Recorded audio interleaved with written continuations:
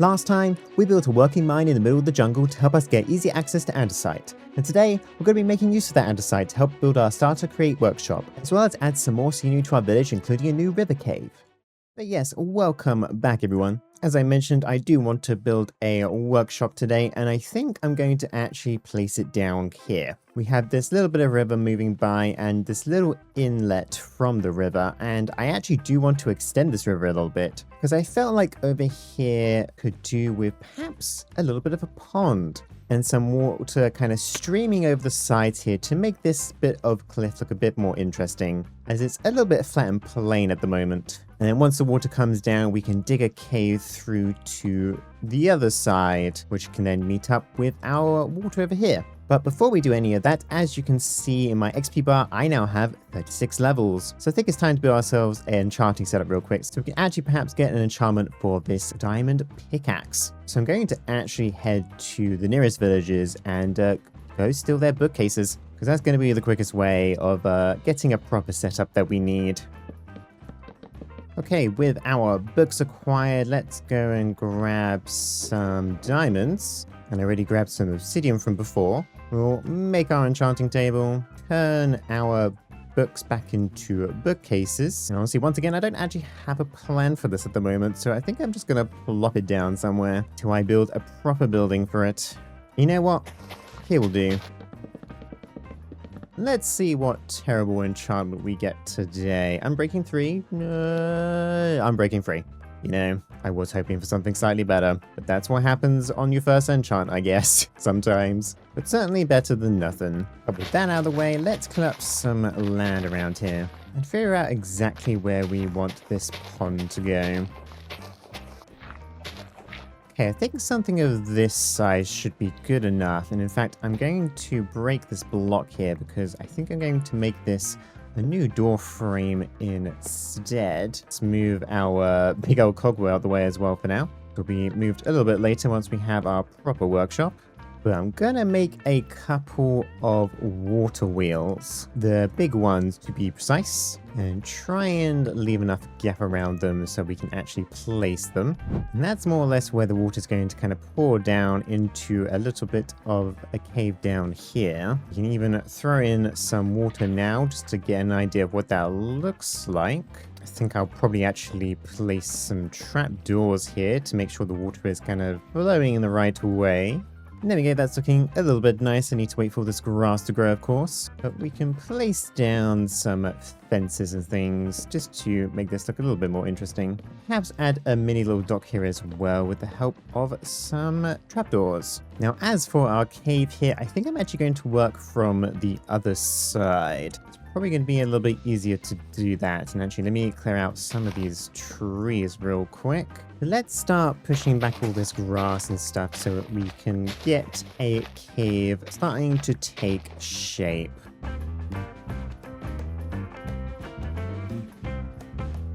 There we go, there's the kind of basics of this little cave so far. Brings us all nicely around to our other cliffside over here. Now I do probably need to make this a little bit more interesting. I'm going to be throwing in some moss and such, as well as actually extending our river through the cave to the other side.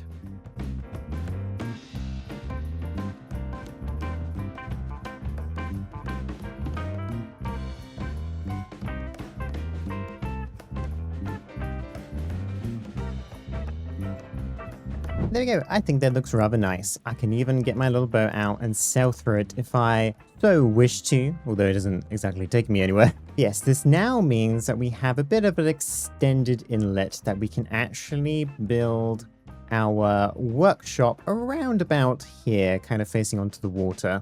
So I firstly cleared the land to be a little bit flatter than it was before, because this is going to be a two-story building with most of the workshop stuff in the bottom floor.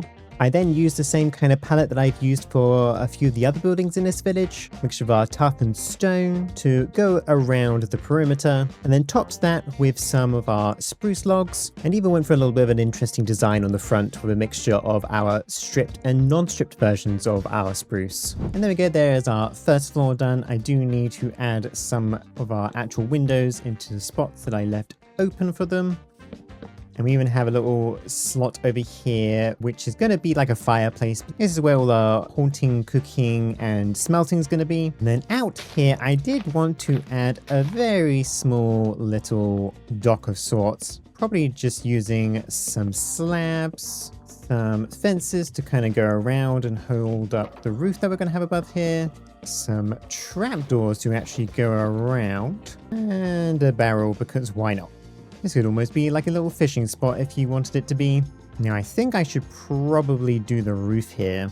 So we once again got our mix of different granite types and also some azalea leaves to finish off this bit of roof that's sticking out. And then started work on the actual second floor itself, which we're using some industrial iron sheet for this. Just to kind of bring some more metals into this, as this is going to be a bit more of an industrial building. And I also got some calcite from the mountains nearby to act as our kind of main material for the second floor. And then built that all the way up to our roof, and then added a few more details to complete the floor on the outside. And that's the second floor mostly done. Added all our little details, including some of these pale oak wood buttons, as they kind of blend in well with calcite. Obviously a bunch of azalea leaves around. And as for the inside, added a small little balcony because this is going to be a mostly open building. I'm going to add probably some handrails to the side of this so you don't accidentally fall off, and probably a little bit of storage as well. But most of our stuff is going to be downstairs. Now the last major thing we got to do with this place is put on a roof. And we kind of know the drill at this point. 2 different types of granite, some jungle planks, and some azalea leaves. Of course, we also worked on a little bit of a chimney, threw in some fireplaces in there as well. And then I also added another little crane at the front to almost seem like people are lifting things out from boats and onto the little dock below. Now there is one more feature that I want to add onto the top of this building, and that is a windmill of sorts. It can produce power, but we're probably not going to have to use it for that.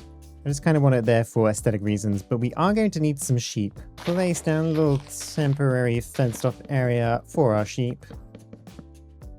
Now we just need to go find some. I believe there was some over here, although they are the wrong colors. Here we do have a brown one here, so I can pick this up. Oh, excuse the rather weird animation. There's 1, 2, 3, and 4. Now I'm gonna grab some wheat, of course, convert some bone meal into some white dye, convert these guys all into white sheep because that is the color that we mostly need. And I'll breed them a little bit so we get some more, and grab some wool. And we'll have to wait a little bit for these to slowly build up some wool that we need.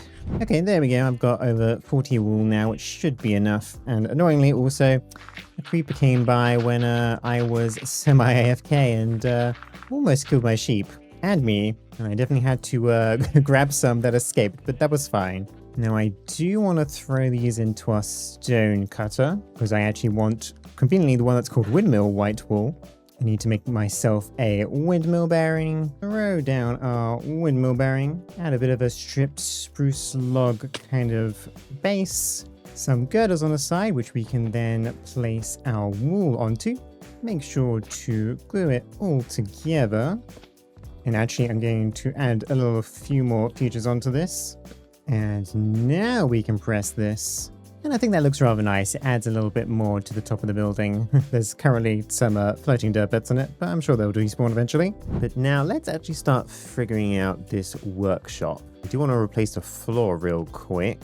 And I think I'm going to use some of these spruce planks. Make it these brick bond ones instead from chipped. And we can just get our trowel out and just replace the floor here. And make sure to add some stairs down to our little dock out here. I've deliberately left that green because we're going to probably have our crafter there. But the very first thing I'm going to do actually is probably dig down in this corner, because we need to build some water wheels. As we don't have a main source of power yet, so our water wheels are definitely going to be that for now. And that should be enough space for now. I did make ourselves 11 different water wheels for now. Let's hook these all up. That should give us quite a lot of power. And I left a little bit of a gap here so that we can have a speed controller at one point. Not going to do that just yet. Also need a way of getting actually out of here. Without just going straight up with some cobblestone, I'll add a little bit of an exit here for now. Now, hopefully I've actually left enough room underneath this floor for these water wheels because I am going to place our fans and stuff here. So we're going to need a few depots, which I actually need to make some more dripped wood for. So we're going to have our 3 depots here for our 3 different types of cooking, haunting, and smelting. So let's actually break these blocks underneath. And grabbing that lava earlier was convenient. So we're going to have our cooking, our soul campfire for haunting, and our lava bucket underneath. Now I have turned off fire tick so that this lava won't suddenly set fire to this floor. Just an FYI if you're going to be doing this yourself. And actually, you know what? I'm going to pick up this lava real quick because I do want to add our fans underneath first so that we can actually prevent it from flowing everywhere. And the propellers of the fans are pretty easy to make, just some iron sheets and andesite alloy. And then the fans themselves is just an additional andesite casing and shaft. Have those all face upwards and make ourselves some encased chain drives to actually hook these all up together. And then we can start hooking this up to the actual water wheels down here. Gonna use a couple of shafts, some gearboxes, which we need to turn around so it faces upwards. Split this away to here, and add another gearbox for good measure. And it seems like the fans are actually currently blowing the wrong direction at the moment. So let's fix that. Now those are blowing upwards. So for example, let's grab some of this copper out. Place our lava down and cover that up to make sure it doesn't go anywhere. We can then throw our raw copper onto here. And once we wait a little while, that turns into copper ingots. And that saves us from using a bunch of coal, and honestly, it was way faster too. So very convenient. And then I think to spruce this little fireplace up a little bit, we can add some tough brick stairs, some normal blocks with some support. And for the first time this playthrough, I'm actually going to make some copycat blocks, which honestly is very surprising for me, considering how obsessed with them I was last season. But I'm going to use these at the bottom and top with some more tough bricks inside, just to help make it look more like a fireplace.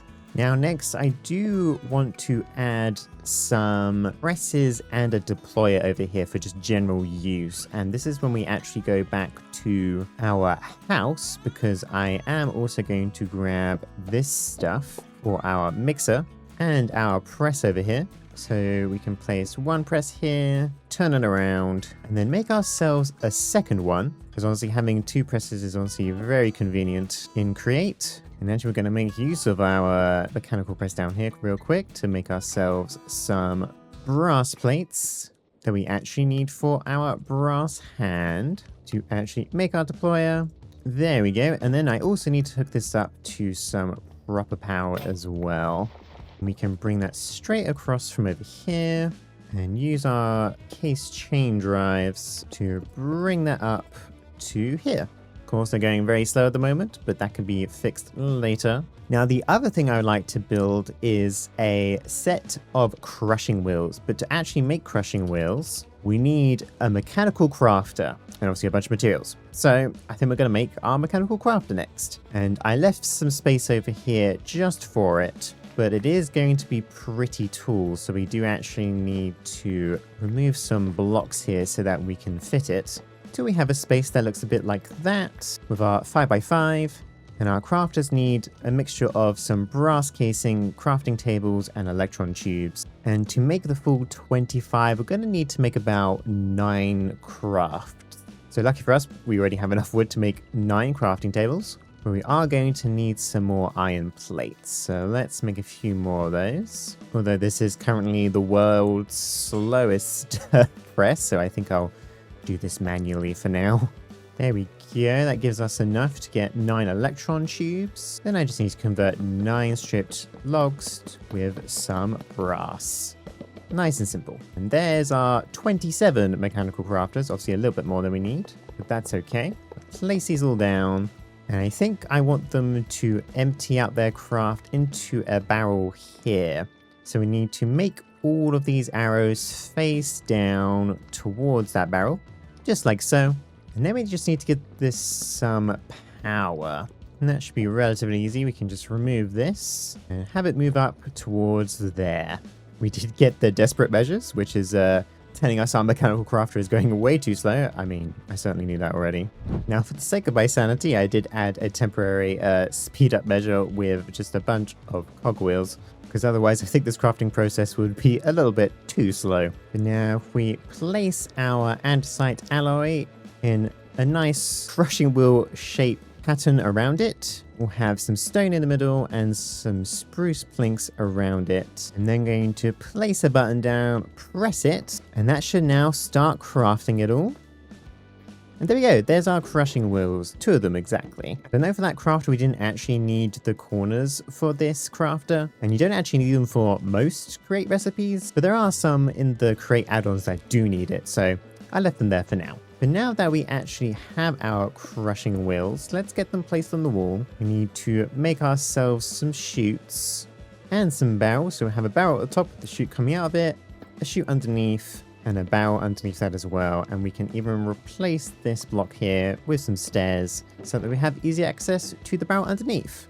Now I think to make this look a little bit better, I'm going to use some of our copycat stairs on the bottom and top, a couple of copycat slabs on the side, and just fill those in with some of our andesite casing. And that helps them not stick out as much compared to before. Now I realize I probably actually should have did this before placing down all the andesite. But let's get in our gearboxes here to connect these up and hook this up to the rest of the system. And that should be all nicely hooked up. Of course, it is now overstressed. I'm going to temporarily remove it from our crafter. It is actually rotating the wrong way. So once again, I'm going to add another gearbox down here.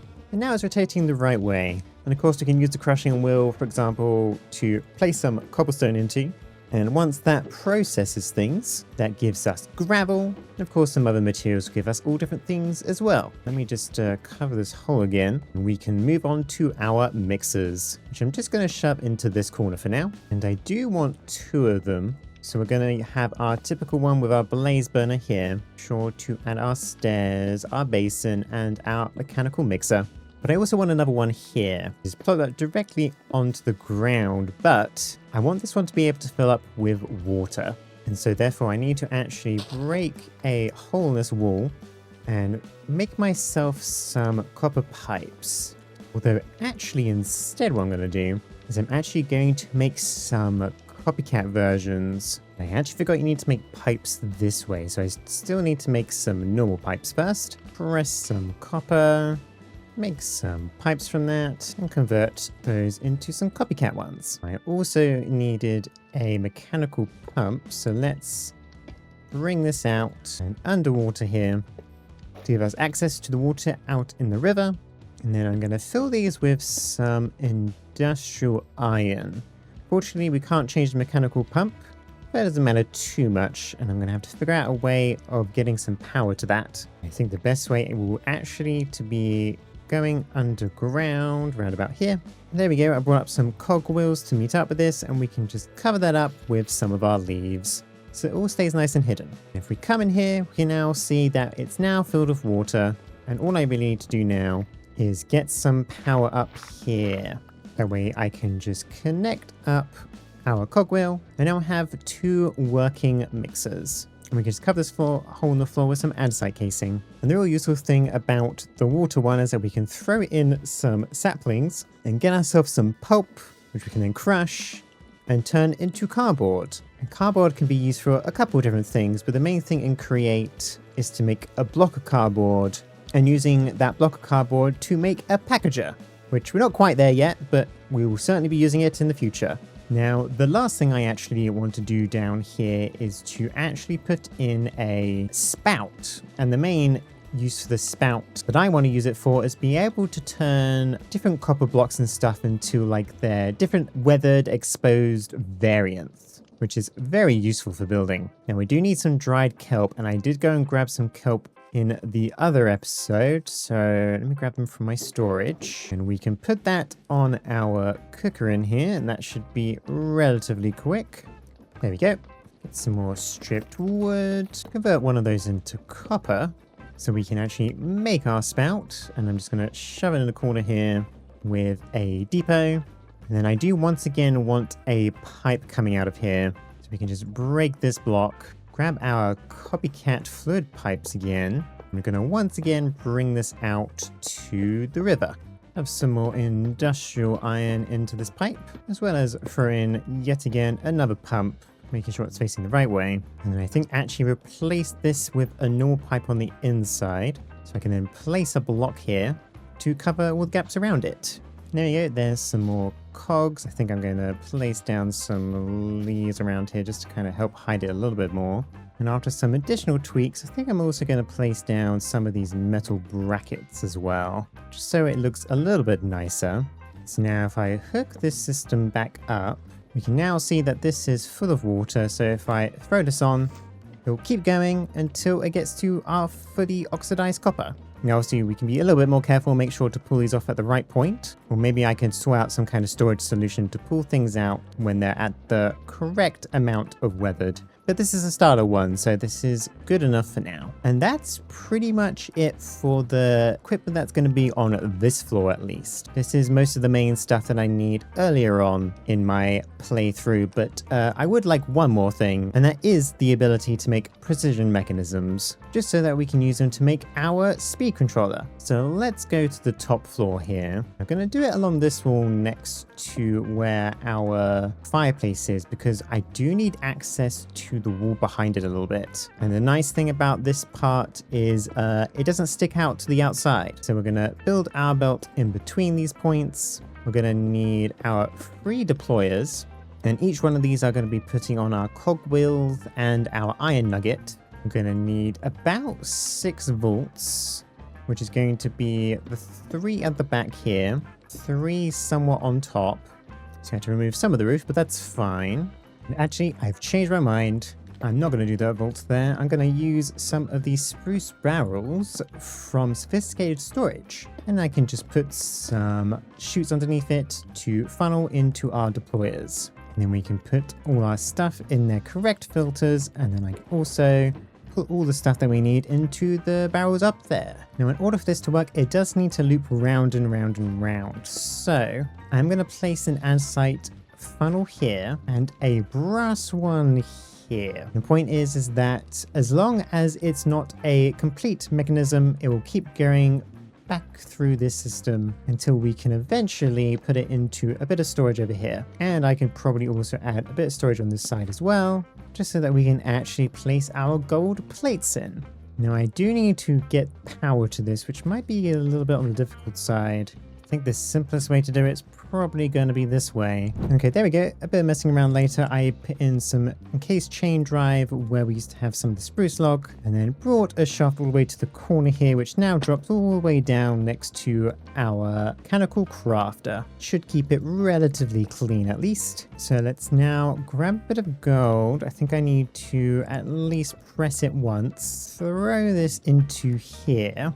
It was a bit difficult to find, but I now have this incomplete precision mechanism which I can place into here, so only these actually go into the vault. And then if we just make a bunch of cogs for ourselves and some iron nuggets, we can just throw these all into their respective barrels. And this will keep going around until it's done. And unfortunately that time, as it's not a 100% guarantee it works, we only got a shaft back, so let's try that again. And wow, it failed that time too. Okay, now I'm just getting unlucky. 3rd time's the charm? Oh my god. I would just like to mention there's an 80% chance of getting precision and the 20% chance of not getting it. And I just got that 20% 3 times. And the 4th time I finally got it. Wow. I don't think I've ever been that unlucky before. But at least now we can make our rotational speed controller. We'll go back to our water wheels, remove all this stuff, put our wheels back, adjust this so that it meets up again. And we won't crank this to full because we don't have enough water wheels right now. We'll say 96. Okay, maybe slightly lied and added a bunch more water wheels after all. because I really wanted everything to be up to a nice speed and actually connected. So our mechanical crafters working, our mixers, our presses, our crushing wheel, and all our kinds of our cooking, smelting, and haunting. And I guess really the last thing I want to do now is actually decorate this place a little. Add some storage, add some proper lighting in here too as well. And just generally spruce it up a bit. So I'll see you in a second. Yeah, there we go. That is more or less our workshop done. I did add some leaves, lily pads, moss around with some wildflowers on top to make the outside look a bit more pretty. And then on the inside, we've got a bunch of kind of crates around, some pots, gearboxes, smaller barrels inside of these like copycat bites, and some of these baskets from Farmer's Delight. And then on the top floor, we have some more barrels, a little catwalk railing, and I added this kind of big metal girder going across, because this is meant to act like almost like a little bit of a crane to move crates and stuff around the workshop, which felt like makes some amount of sense, and I think it looks quite cool as well. And then of course I did add a proper path going up to the house now, so I can very easily go back into my workshop and do any of the stuff that I need to do. But anyway, thanks for watching. Hope you enjoyed today's build. I think next week we're going to be working on potentially maybe a storage building or an iron farm. Haven't quite decided which one yet. I kind of need both, so we'll see what ends up happening. But anyway, thanks again, and I'll see you all next time. Bye bye for now.